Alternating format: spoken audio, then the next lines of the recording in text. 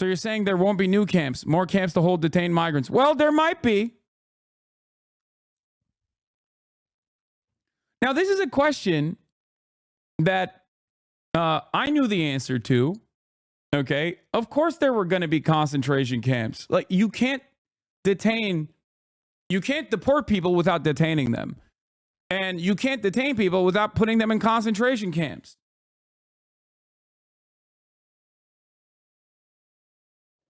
All right, let's get started with the news. Trump named time of the year, person of the year. Hello?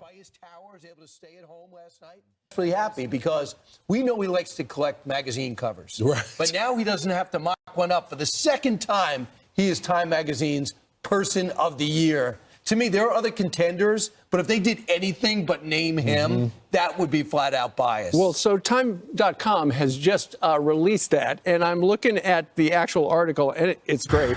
It said, and the subheadline is, if what comes next is anything like what he promises, Trump will reshape the nation and the world. And that is why so many people, according to polls, which we're going to get into very shortly. Dude, they're trying to be doing the same exact thing that they did with Hitler again. You know what I mean? Not wrong, but in a good way. No, I mean they're not wrong in a bad way for sure. Like, they're not wrong. Also, there's a bunch of stuff from the interview where apparently he admits prices likely won't go down, won't rule out war with Iran, says he agrees with Sarah McBride, and doesn't want to talk about the trans bathroom issue. Yeah. That's because he is a room reader and understands that, like, the trans panic shit does not work. It's sweaty and gross loser shit. I will forever stand by that. I know that things change and attitudes change and culture shifts, but the problem is, for many Americans, they just don't give a fuck about trans people like that. It only works if you know, it only works if, like, people can just be like, look at these silly goofy ass Democrats that don't give a fuck about, like, fixing the prices. They only care about, like, giving free trans surgeries to Latinx people or whatever. You know what I mean? Like, most people just don't give a shit. The sweaty fucking loser constituency that, like, only cares about trans people are they're marginal. They're loud, but they're marginal. They're just, like, popping off online. People are really up. Everyone I don't like is Hitler. Bro, come on now. I mean, come on now. You can make it. If you can't say Trump's got some Hitlerian politics, who the fuck can you call Hitler? Latinx is not real, bro. I know. I'm that's a joke. Anytime you hear me say fucking Latinx, know that I'm memeing, okay? Dude. Who the fuck can we say it has exhibited Hitlerian qualities, if not a guy who is just like, who fucking ran on saying, I'm gonna do concentration camps to deport 20 million people. It's crazy, man. What? It's wild.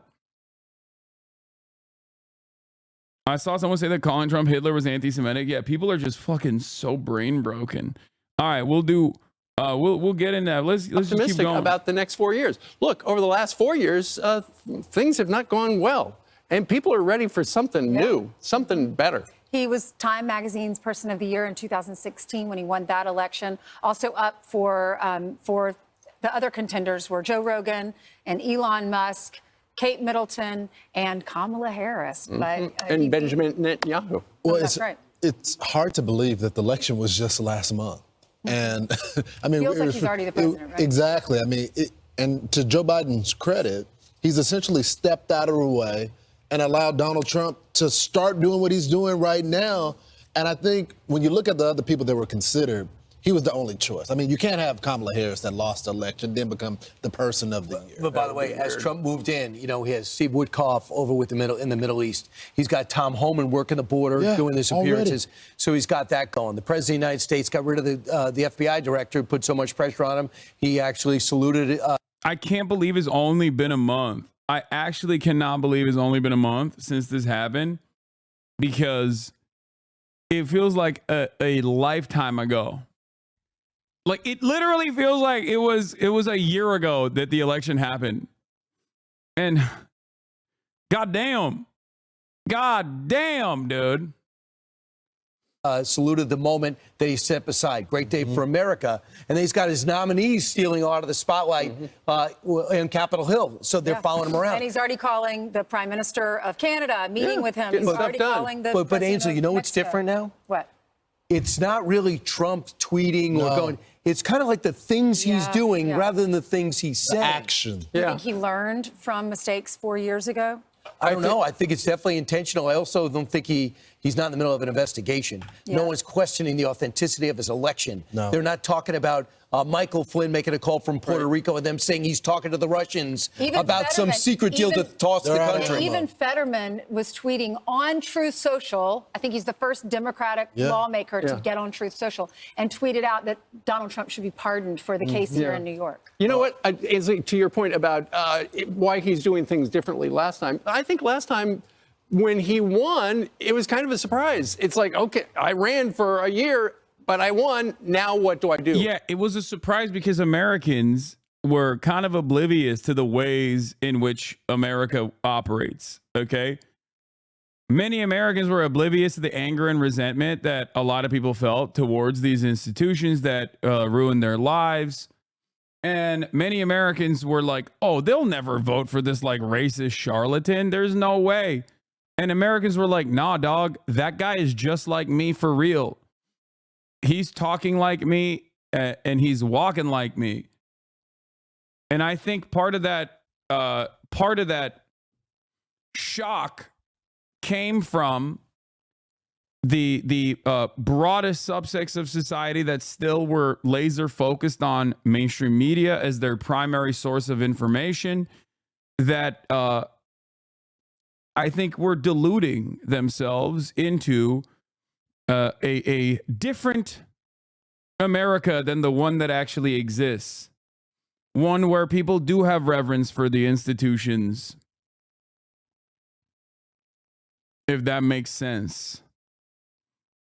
And it's not. That's not the America that we live in. And that's part of the reason why I don't think there's going to be a revamp of the that's why I don't believe that there's going to be a revamp of like the hashtag resistance liberalism that happened immediately after Trump got elected the first time. What I mean by this is it was a shock for a lot of liberals who got a wake-up call and were like, we got to do something against this. We got to do something for it. And then they did. And then they protested. And not many things changed, right? Like nothing really changed. A lot of young people, I talked about this quite a bit in 2020. I think a lot of young people's first foray into political action was literally direct action. In the midst of COVID, there's a lot of panic, there's a lot of anger, and they see police brutality.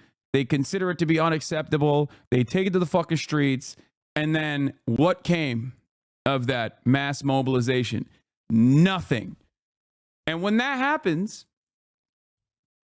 and you get nothing after doing all of it, that you go out and you vote for the right guy and nothing changes. You go out and you march, you go out and you protest, you fuck shit up and nothing changes. Yeah, at that point, you're going to be like, well, I'm a little disillusioned by this process. So that's the problem, you know? Chatter said your katanas are upside down. No, they're not. And I don't care. Not only are they not upside down, but even if they were, I wouldn't care. I like it the way it is. Yes, they are. Okay, I don't care. I like it the way it is.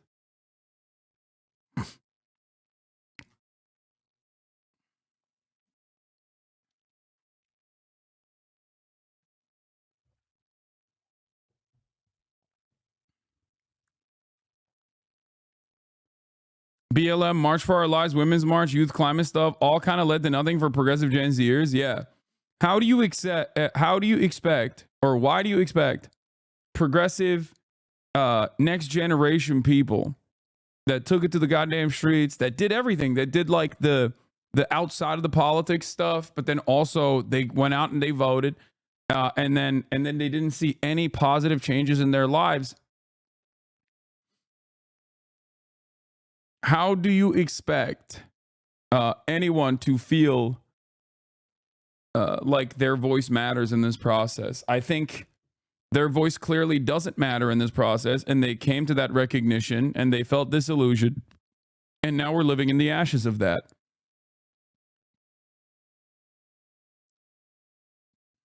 He's done it once Yeah, before. that's true. Some mistakes are always made along the way, but he's figured out how he has wanted to do it more efficiently, and so far, so good. And Elise Stefanik, by the way, got the Fetterman endorsement yesterday. That's the first time I've seen a Democrat come out and say that. Yeah, then they took a picture together. And to your point about Joe Biden just laying Stepping in the low, way. he's not doing anything except an historic number of pardons and commutations. Over 1,500 issued this morning. I don't think he's going to give us any comment about that. I don't think so either. Anyway, we're calling this the Trump effect, and it is in full swing.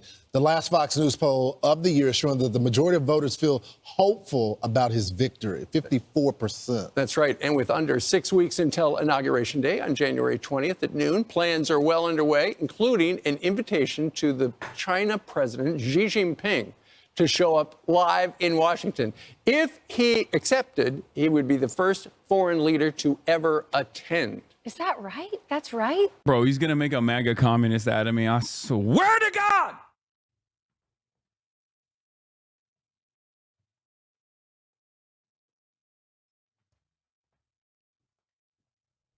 I swear to Christ, dude.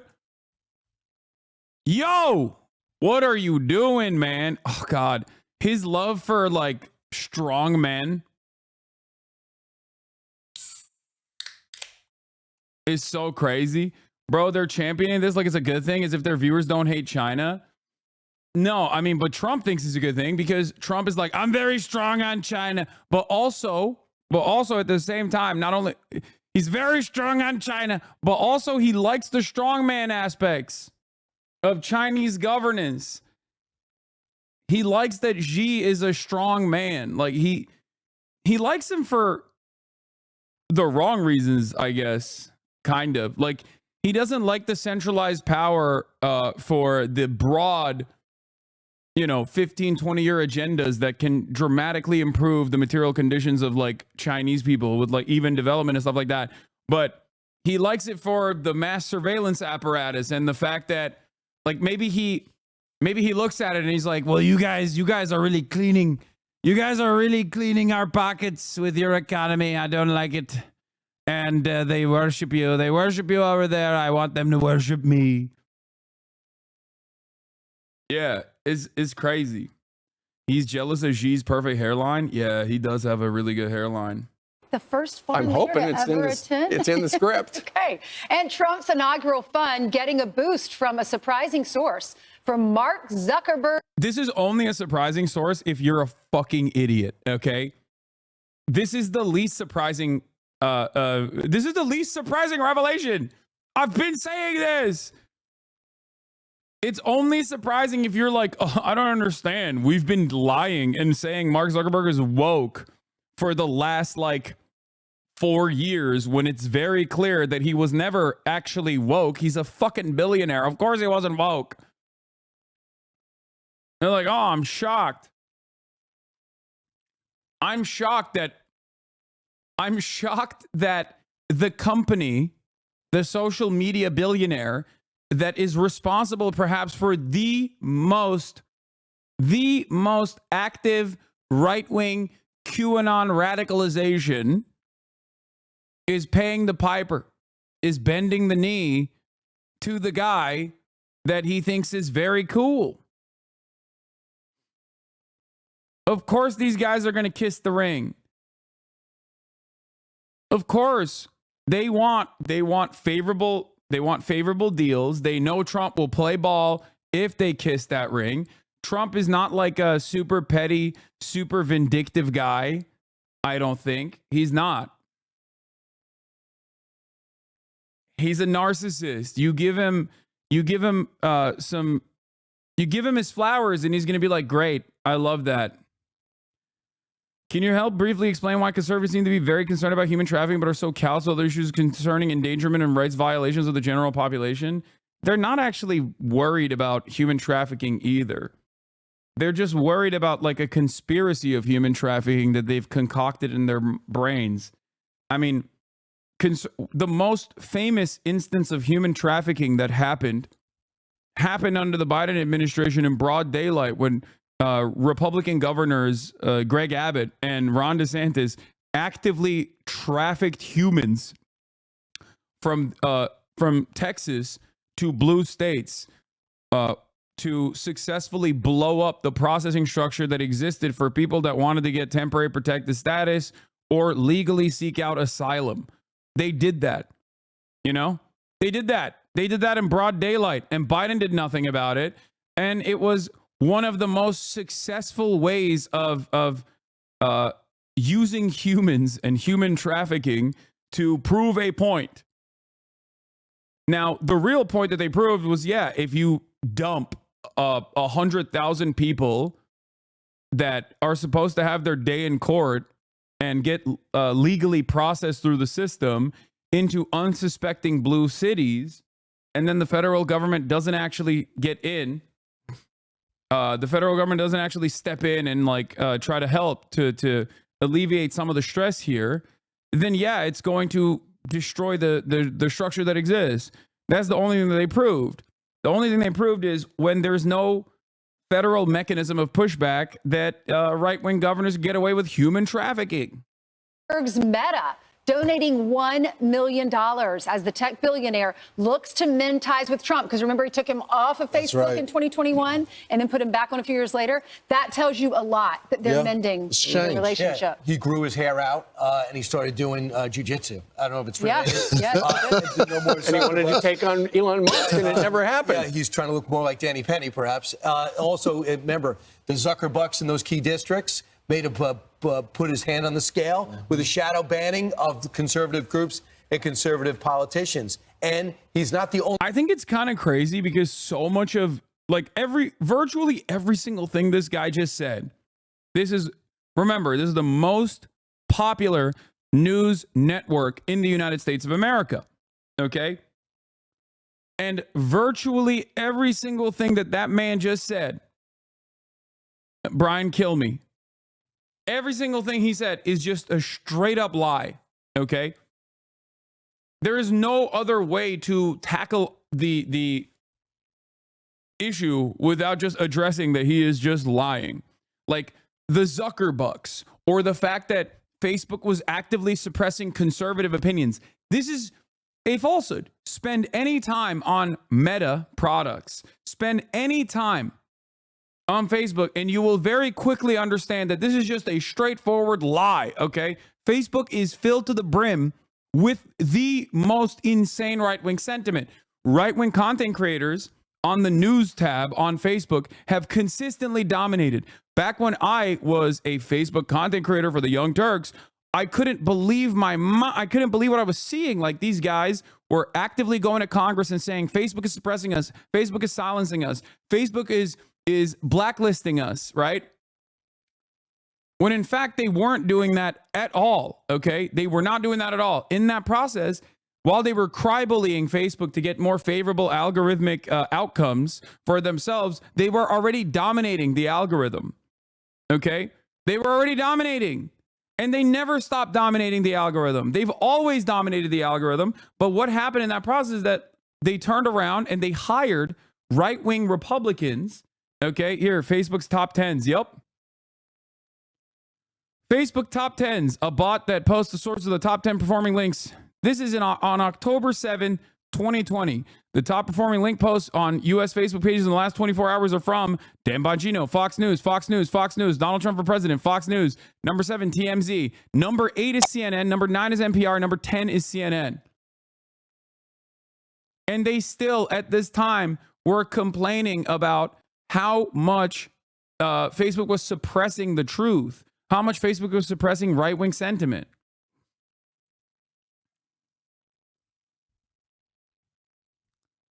This was never a real thing. You understand?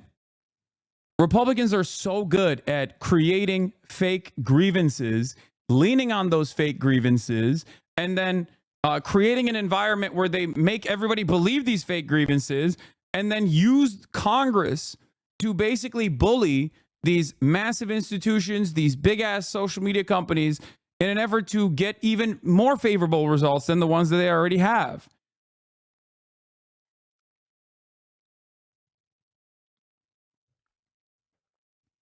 This is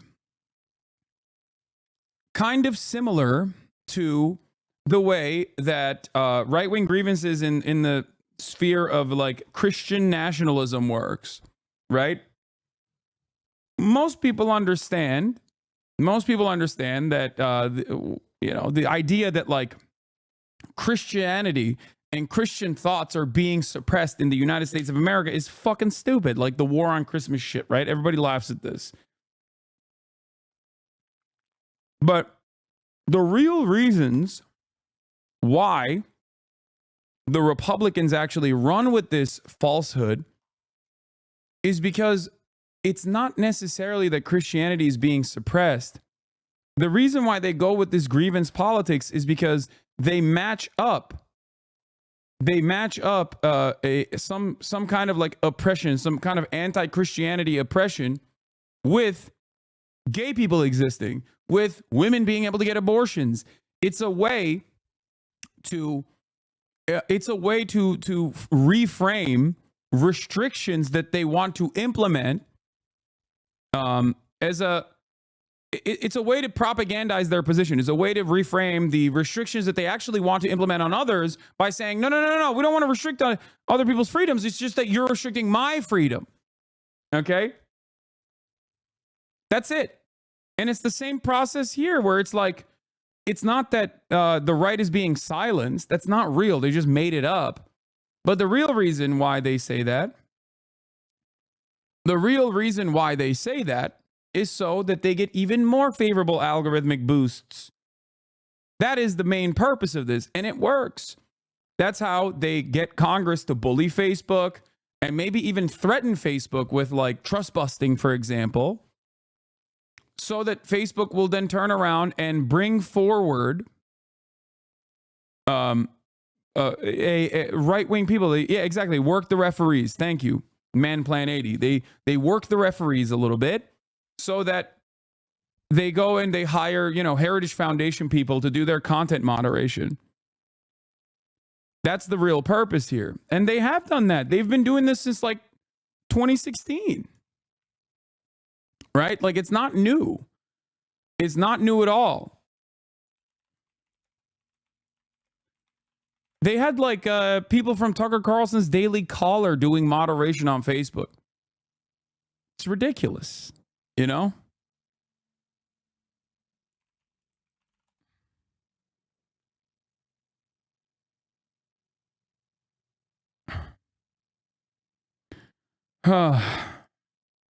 Yes, I saw the Brett Stevens headline. Let's finish this up and then we'll move on to that. Differences aside. Democratic Senator John Fetterman joining Truth Social to, quote, meet folks where they are, especially in Pennsylvania, by the way, and calling to pardon Trump in his very first post. He also mentioned Hunter. And I'm Steve Doocy. I'm Brian Kilmeade. And I'm Ainsley Earhart. Well, thank you very much. This is an honor, a tremendous honor. I brought some of our compatriots along with us. They're going to do a beautiful job for you for the next 4 years. And it's really been something very special. And I have to say, Time Magazine getting this honor for the second time. I think I like it better this time, actually. But we did a good job. We had a great first term, despite a lot of turmoil caused unnecessarily. But the media's tamed down a little bit. They're liking us much better now, I think. If they don't, we'll have to just take them on again, and we don't want to do that. But I do want to thank Time Magazine. I've been on the cover many times. I don't know who has the record, but I can only probably talk well about 25%. Hitler. No, I'm just kidding. I don't know. How many times did Times Magazine choose Hitler as the man of the year? They have chosen Stalin a bunch of times as well, so maybe it's Stalin. RFK Jr. looks like a processed corpse because he is having the greatest food that you could possibly consume. FDR has 3.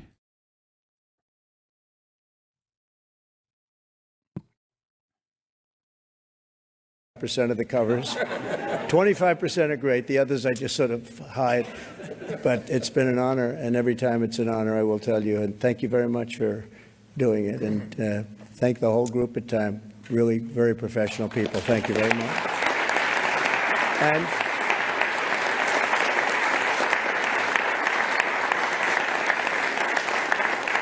And to Jeff and all of the people from the New York Stock Exchange. He knows how much I like it because many years ago I bought a...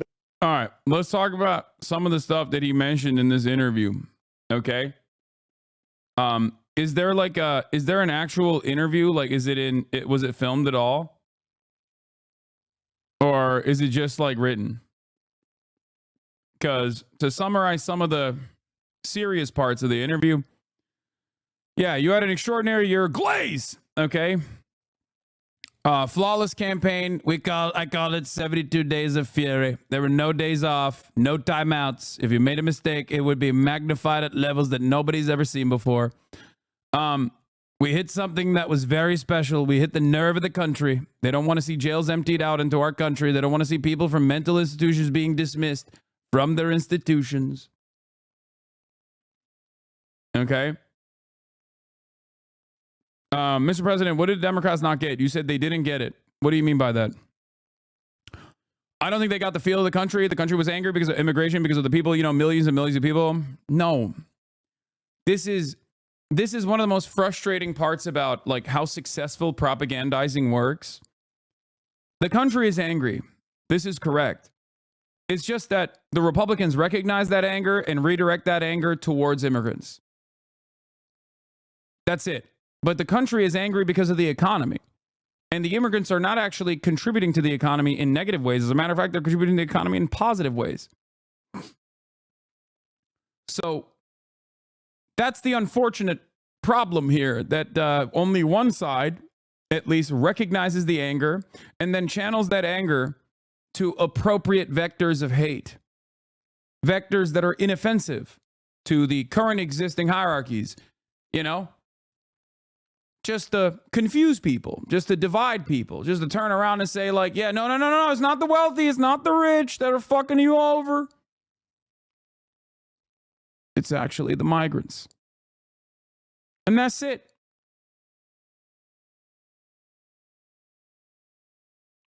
Anyway, they were saying much lesser number. It wasn't a much lesser number, but even if it was, it's irrelevant, because if it was, they were allowing anybody to come into the country. They are right now. They open it up again. You see what's going on. They're coming. They're pouring up. They're Mexico and other places. It's common sense, yada, yada, yada. They want to see people come in. They don't want to see, you can have, and this is one, they don't want to see, as another example, open borders. They want to see people come in. Everyone's okay with it. I am certainly. I want to have a lot of people coming because we're going to bring back a lot of jobs. We'll bring record numbers of jobs. You are using the word appropriate inappropriately. No, appropriate vectors of hate is like, what I mean by that is these are weak and underserved, marginalized groups. So it is appropriate from the perspective of capital owners to redirect the attention against them. Does that make sense?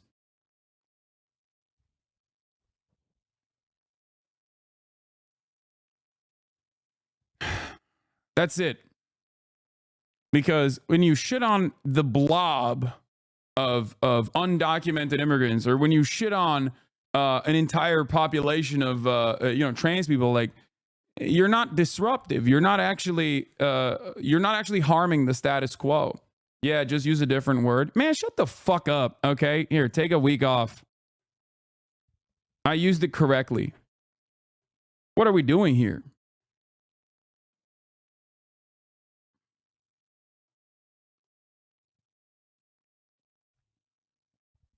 What the fuck's happening with Wokes of the day. Everyone is trying to be the woke of the day today. It seems we're just an hour in and people are still being fucking annoying. Stop being annoying. Anyway, the economy was certainly a big factor in your victory, but what was a bigger factor, I believe, was the border. I think the border, and I won it in 2016 on the border. I fixed the border. It was really fixed. It came in, dislodged everything. It's the border. I want to come back to immigration a little bit later. Let's start out on what's happening right now. You were elected on a promise to change Washington. By all accounts, the fight over that has already begun. One of your nominees was effectively blocked by the Senate. There are other senators who expressed doubts about some of your other nominees. Well, I don't think they will. And he wasn't blocked. I had the votes if I needed them, but I had to work very hard. He's talking about Gates. So you decided to give up on Gates? No, I didn't give up on him. I talked to him and I said, Matt, I don't think this is worth the fight. Okay, he talks about how it's not worth the fight for Matt Gaetz.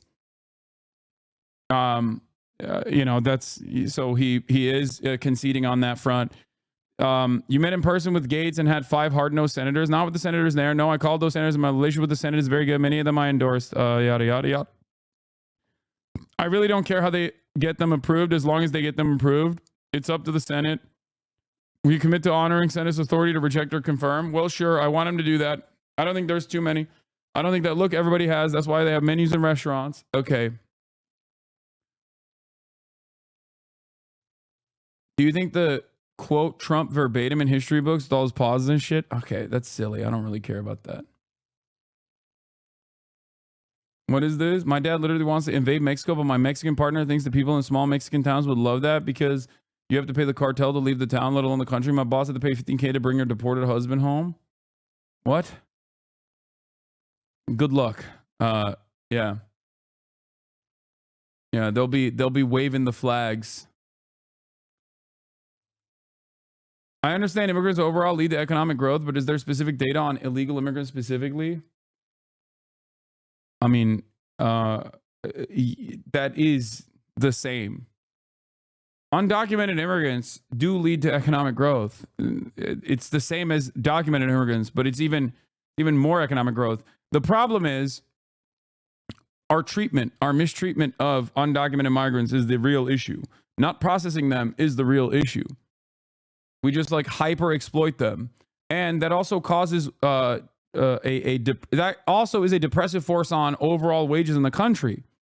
Because if people can get away with paying pennies on the dollar to a random person that has no legal recourse, no way to fucking defend themselves, then they will do that. If you truly wanted to stop the invasion of undocumented migrants or whatever, you would be punishing the people that hire them. Except we don't do that because the reason why there is a concept such as undocumented immigrants in the United States of America, the reason why we don't actually process these people and allow them to work as documented laborers in the American structure is so that we can exploit them, so that we can keep them working at pennies on the dollar and fucking trailer parks and shit. It's basically just indentured servitude. That's the reason why we have a 2-tiered labor structure in this country. It's super cheap. It's not enough that even if someone was coming from a much poorer country, there would still be, even if someone was coming from a poorer country, there would still be a tremendous amount of people that are willing to work for much cheaper, right? If one more person sends me the fucking dumbass Enron CEO getting cream pied, I think I'm just going to end the broadcast. I know, man. I know. I don't care. We'll get there, okay? But it's very inconsequential, all right? Please stop. I'm trying to have a serious fucking conversation. Please. Focus up, chat. Yeah, I think it also seems fake. It seems like it's a fake thing. Oh my God! Oh my fucking... Yeah, it's just fake. It's fake as fuck. Y'all fall for the dumbest shit sometimes. Yeah. Anyway, one of them is controversial. I want to ask a specific question. RFK Jr., noted vaccine skeptic. We're going to have a big discussion. The autism rate is at a level nobody ever believed possible. If you look at the things that are happening, there's something causing it. Do you think it's linked to vaccines? No, I'm going to be listening to Bobby, who I've really gotten along with great and have a lot of respect for. Okay? for having to do with food, having to do with vaccinations. He does not disagree with vaccinations, all vaccinations. He disagrees probably with some. So that could include getting rid of some vaccinations. It could, if I think that's dangerous, if I think that they're not beneficial, but I don't think it's going to be very controversial in the end. Do you agree with him about the connection between vaccines and autism? I want to see the numbers. It's going to be the numbers. Trump personally also believes that vaccines cause autism. He's talked about it before. He's like, he's talked about it, but he's also done Operation Warp Speed. So I think when push comes to shove, he will do what is beneficial. Okay. He will do what is beneficial. But that doesn't mean that he's not going to dial back on some of this other stuff because like his base loves it. It's like red meat to the base, and he will give that red meat to the base every single time. Mr. President, some foreign officials have expressed concern about sharing intelligence with Tulsi Gabbard given her position and support in Syria. I'm surprised to hear because I think she is like a really great American. Hey, look, they said I was friendly with Russia until they saw the tapes, and they said, he's not actually. He was the one that ended the Russian pipeline, Nord Stream 2. Okay, no one says that. People still think he's friendly with Russia, even though he goes back and forth on it. So,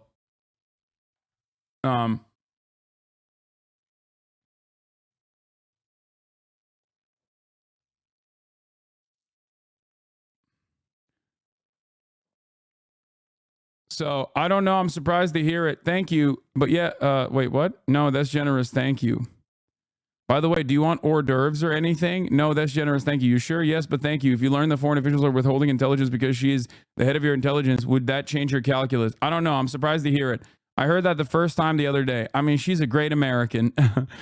Okay, I don't care about this. Project 2025. No, look, I don't disagree with everything in Project 2025, but I disagree with some things. I specifically didn't want to read it because it was under my auspices, and I want to be able to say that, The only way I can say I have nothing to do with it is if I don't read it.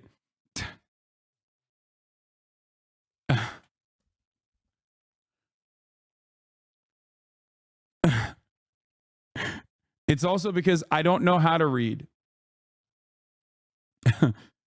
Yeah, he's going to do Project 2025. Okay. It's a lot of pages, 800 pages. That's a lot of pages. I thought it was inappropriate that they came out with it just before the election, to be honest with you. They should have waited until I won. Then I would do it. I let him know, I didn't think it was appropriate because it's not me. Why would they do that? Did you express those frustrations? Oh, I did. Okay, I don't care. Let's shift to a topic that I know you care about, immigration. You recently said on True Social, you are planning to use, okay, this is the good stuff. This is the important stuff. So he plans to use the military to deport migrants. The Posse Comitatus Act prohibits the use of military for domestic law enforcement. What will you do if the military does not or refuse to carry out your orders? Well, it doesn't. It doesn't stop the military if it's an invasion of our country. And I consider it an invasion of our country. We have criminals coming into our countries that we've never seen. We've never seen before. We have people coming in at levels and record numbers. He just straight up is like, I don't give a fuck about the law, which we know already. Bandit MD11, thank you for the 5 gifted subs. And also on top of that, he's saying he's going to basically utilize like whatever he can to enforce these insanely violent processes that he wants to implement. And I'll only do what the law allows, but I will go up to the maximum level of what the law allows. And I think in many cases, the sheriffs and law enforcement is going to need help. We'll also get the National Guard. If you can't negotiate agreements with the receiving governments and none seem receptive, will you of necessity have to hold these detained migrants in camps? I'll get them into every country. Or we won't do businesses. So you won't need to build more detention facilities. No, because look, we may have to do it anyway. Because look, they brought in millions of people. And many of those people, right here, he's just like openly recognizing, yes, we're going to have to build camps. You look at prison populations, what's happening all over the world except here. No, I can't even conceive of why they would allow criminals. Why would somebody do that? Why would somebody do that? So you're saying there won't be new camps, more camps to hold detained migrants. Well, there might be. Now, this is a question that I knew the answer to. Okay. Of course, there were going to be concentration camps. Like, you can't deport people without detaining them. And you can't detain people without putting them in concentration camps. That's it.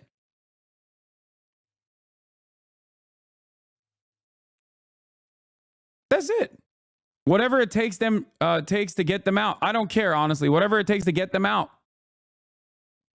So for me to say this is Hitlerian is not an exaggeration. It's just an accurate understanding of Hitler and fascism in general. This is how it starts.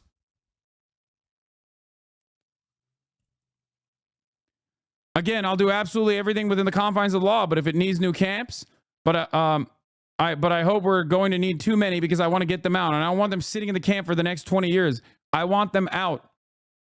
And the countries have to take them back. And if they don't take them back, we won't do business with those countries. We will tariff those countries very substantially.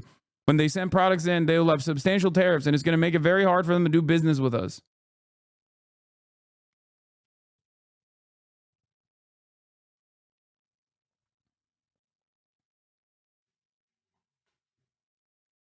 Yeah.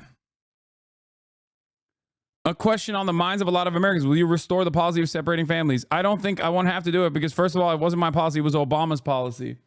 Rainey draws a lot. Thank you for the 25 gift of subs. I didn't build the jails for children. He did. And it's like kind of weird that he says that because, okay, so you don't have an issue with it, though. So you agree with Obama, I guess. Like, I don't understand. I've never understood this argument where, like, you're saying Obama built the camps, which you're right. He did, right? But I was critical of Obama building that, and I was critical of Obama continuing to implement some form of family separation. But Trump put it into overdrive, as always. So why are you even bringing up the fact that Obama did it? Like, it's just such a stupid way to deflect because, okay, so if it's something that you disagreed with, I mean, if it's like, are you bringing this up because you disagree with Barack Obama? No, you agree with Barack Obama. Okay, what does that say?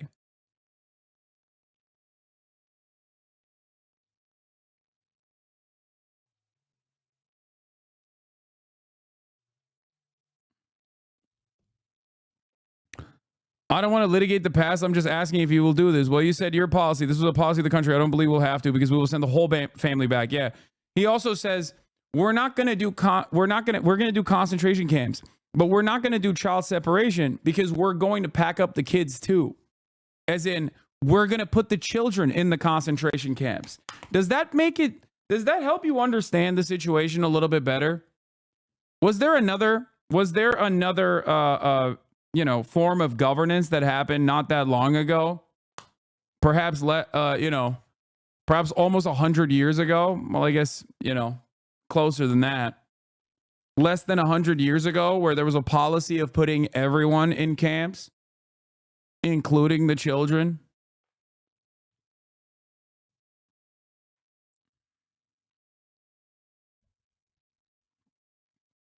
An important fact to note here is that 1 in 15 families in the United States of America are mixed status families, as in 1 in 15 homes need to be broken into by the federal government or the National Guard or federal agents like BORTAC units, demanding their paperwork, asking other homes if they have undocumented migrants that they're housing, doing dragnets with the express purpose of putting all of those people, men, women, children, into these concentrated camps.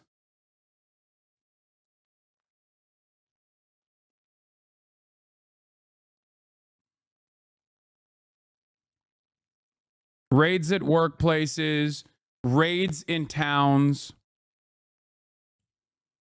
I'm just saying, like, this is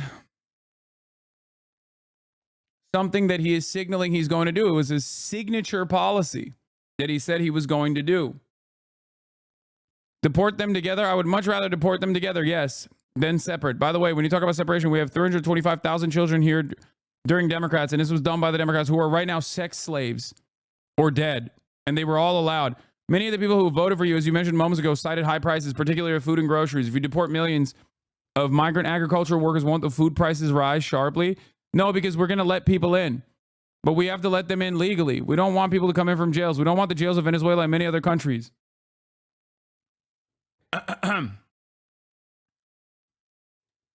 Why are you wearing my country shirt? Just curious. I don't know, man, because it's a sick shirt. The fuck's wrong with you? Just take the W, Lithuanian Andy. Oh my God.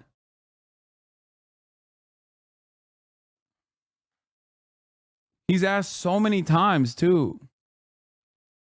He's been timed out for asking that question over and over again. Like, what do you think my answer is going to be, man? What do you think I'm going to say? Because I fucking hate Lithuania or something? Like, what is happening?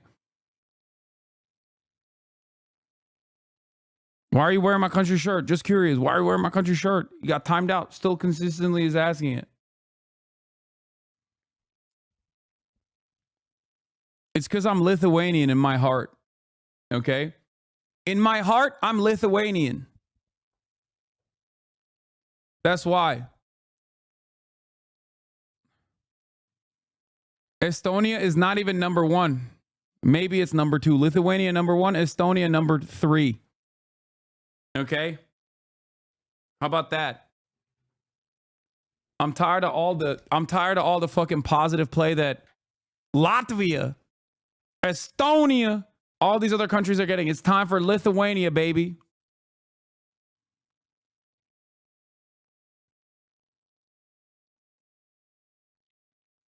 So, anyway, getting back to this. No, because we're going to let people in. We're going to have to let them in legally. Your transition co-chair, Howard Lutnick, said your appointees will be vetted for loyalty. Are you going to ask appointees take a loyalty pledge? He doesn't have to do that. If they don't follow your orders, will you fire them? If I think it's appropriate, I'd fire them. That makes sense. Okay. Does that go for civil servants? You put Elon Musk in charge of Doge, along with Vivek Ramaswamy, but on Musk specifically given the power to oversee agencies that regulate his companies. Isn't that a conflict of interest? I don't think so. Yeah. He doesn't care. It's pure graft. It is in the purest sense of the word, a conflict of interest. There's no questions about this. Okay? I mean, that's it. You got a billionaire who owns multiple companies who are being investigated by the regulatory agencies, and now he's in charge. He has influence over said regulatory agencies. That's it. That's a conflict of interest. He doesn't give a shit, though. But Elon Musk is talking about cuts that would directly affect NASA, which would then directly affect SpaceX's company. Isn't that the textbook definition of a conflict of interest? I think that Elon puts the country long before his company. That's fucking so false. It's so obviously false. Like, yeah, dude, totally. Elon Musk definitely puts country over the interest.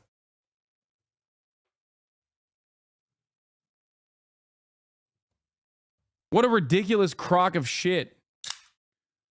It's just like, the craziest part about it is not that Trump says this, but also people believe it. You know what I mean? How do people believe this nonsense? I just don't understand it. Like, how the fuck does anyone turn around and say, yeah, I believe it. This is real.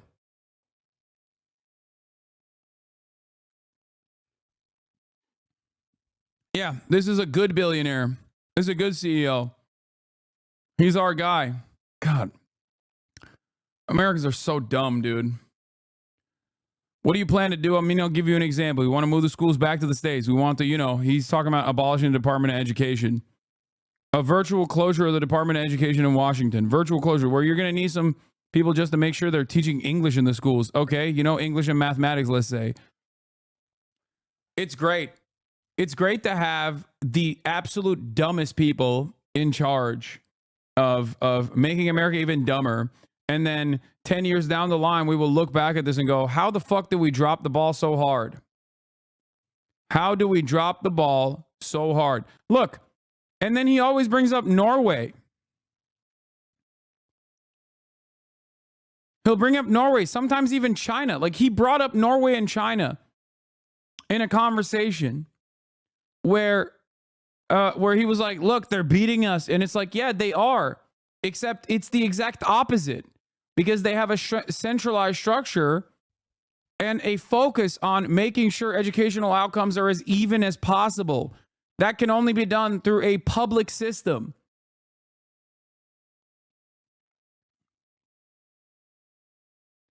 This is what is so frustrating. As a high school teacher, this will, one, completely get rid of special education funding, allow states to essentially privatize quality schooling, cause way more pushback than he thinks.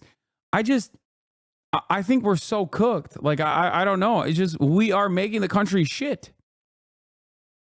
We are straight up. Norway's capitalist when you're criticizing socialism, and it's socialist when you want to copy their policies. Yeah, because Norway, much like every other fucking country, okay, is, first of all, I've never said Norway's socialist, but Norway, much like every other country, is a mixed market economy. It has some socialized aspects, and it has plenty of capitalism also. I would never call Norway a socialist state. Ultimately, it's a capitalist mixed market economy. So is America, for the record. It's just that the socialization, the socialized aspects of American existence are very limited. It's ascetic in comparison to these other European counterparts. But people do this all the time. That's what reactionaries do. I mean, yeah, they also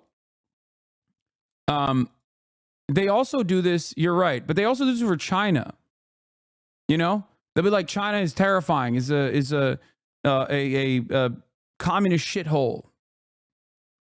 But then also when they want to talk about like the abolition of poverty, they're like, capitalism has been tremendous for China. They've destroyed at the global stage, they've eradicated global extreme poverty levels in China because of capitalism.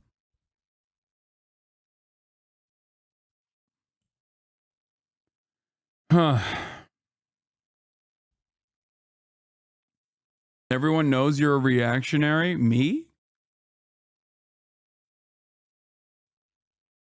I don't think you understand what that word means. But yeah, he's talking about like, you know, a closure of the Department of Education and bringing it back to the states. Like, decentralization of this sort is genuinely terrifying, I think. Like, what we need is more funding for public education and none of this like public-private partnership. Last question on your transition. If you decline to sign the ethics agreement as a part of, I don't know anything about it, the ethics document, I don't know. I would sign an ethics document. Will you disclose who the donors are to your transition to my campaign? No, paying for the transition. There will be an announcement on that this week. I really have no problem disclosing anything. That's great, Mr. President. Just so you know, I heard this a couple days ago. I have no problem. I'd rather disclose it right up front. I have no problem with it. I've got a question for you about the campaign. Was there a moment when you thought you would lose? I like not to think of that. The power of positive thinking, right? But there were some moments when, you know, there were some bad things done in my campaign. There were a lot of fake polls. They were absolutely fake. Look at an example. Very good pollster in Iowa. Gold standard in Iowa. And then a couple weeks before the election, she had me up 4. And then that brought it way down below 1918. That was a big story because I was only up 4 when she did that, where I was down 3. And that became headlines all over the place just before the election. When you saw that, did you think you were going to lose? I thought it was a wrong poll because we had an Emerson poll that had us up 18, you know. What was the darkest moment? I think we have an obligation with the 60 Minutes interviews my opponent. There's a news program. Speaking of Kamala Harris, what do you think her worst mistakes was? Taking the assignment, number 1, because you have to know what you're good at. Did she make any tactical mistakes? I think that when she wouldn't talk to anybody, it shone a light on her. In other words, if she would have gone out and just did interviews that are comparable to Steve, if there's anybody comparable would say, could you do an interview here, an interview there? You know, she didn't do anything. Oh my God, he's not wrong. And people said, is there something wrong with her? Why would they? I mean, I'm doing this interview with you. I did interviews with, if I had the time, anybody that would ask, I'd do interviews. I watched the whole thing, sir. Yes. Oh, good. I hope you liked it. But I found it to be a pleasure to do it. It's not like he did that. He did. Trump went on so many podcasts. He went on, guys, one thing that I always talk about with respect to Donald Trump and the way he campaigns is he will go on. He went on Aiden Ross's Kickstream, chat. What are we talking about? He went, at the time, he didn't just go on Joe Rogan or Theo Vaughn or any number of different podcasts, but he also would go on like random Republican news shows that were getting like 12,000 views. Okay? Like, if you recall, I talked about this on a couple different occasions. if there is a place that Donald Trump could secure 10 votes, 20 votes, 1,000 votes, he will go out and get it. Okay? He will go out and get it. Whether they are the Amish or whether they are a random Native American tribe, you know, he will go out and he will meet them where they're at. He will min-max. Exactly. Maximum efficiency. He'd do a local radio interview in a town with a population of 3,000 if he believed that at least half of them would vote for him. Exactly. Exactly.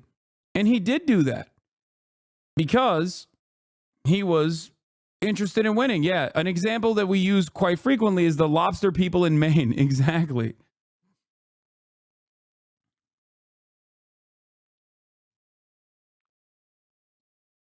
The issue here, however, for Kamala Harris versus Donald Trump is that Donald Trump can do that because he's a telegenic figure. He's a TV personality. He knows how to do that. Kamala Harris does not know how to do that. I'm not convinced that there is someone else who can emulate that in the Republican Party, by the way. I don't think JD Vance is that guy.